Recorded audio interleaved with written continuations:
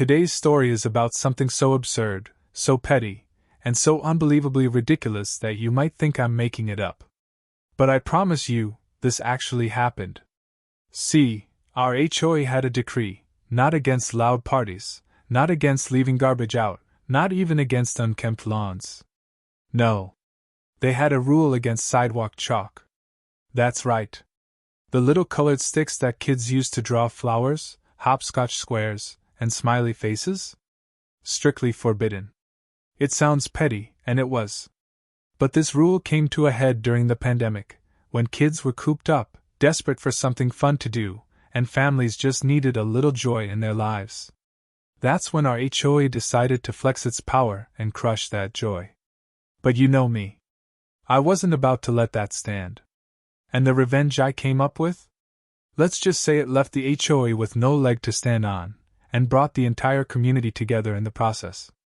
So, buckle up. Because this is the story of how I used the HOA's own stupidity to humiliate them, all over a box of sidewalk chalk. When we first moved into the neighborhood, the HOA seemed annoying but manageable. Sure, there were rules about grass height, mailbox paint color, and how long you could leave your garbage bins outside.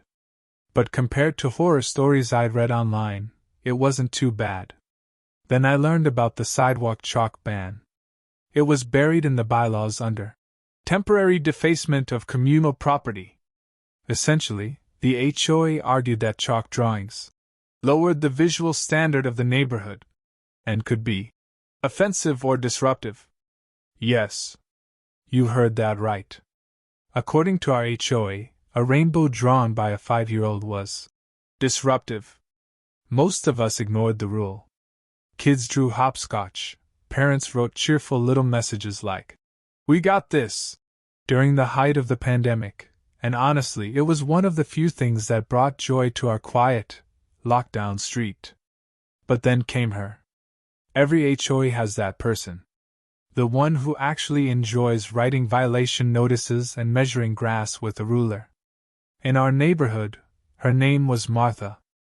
Martha was in her late 60s, retired, and made it her personal mission to walk the neighborhood twice a day looking for infractions.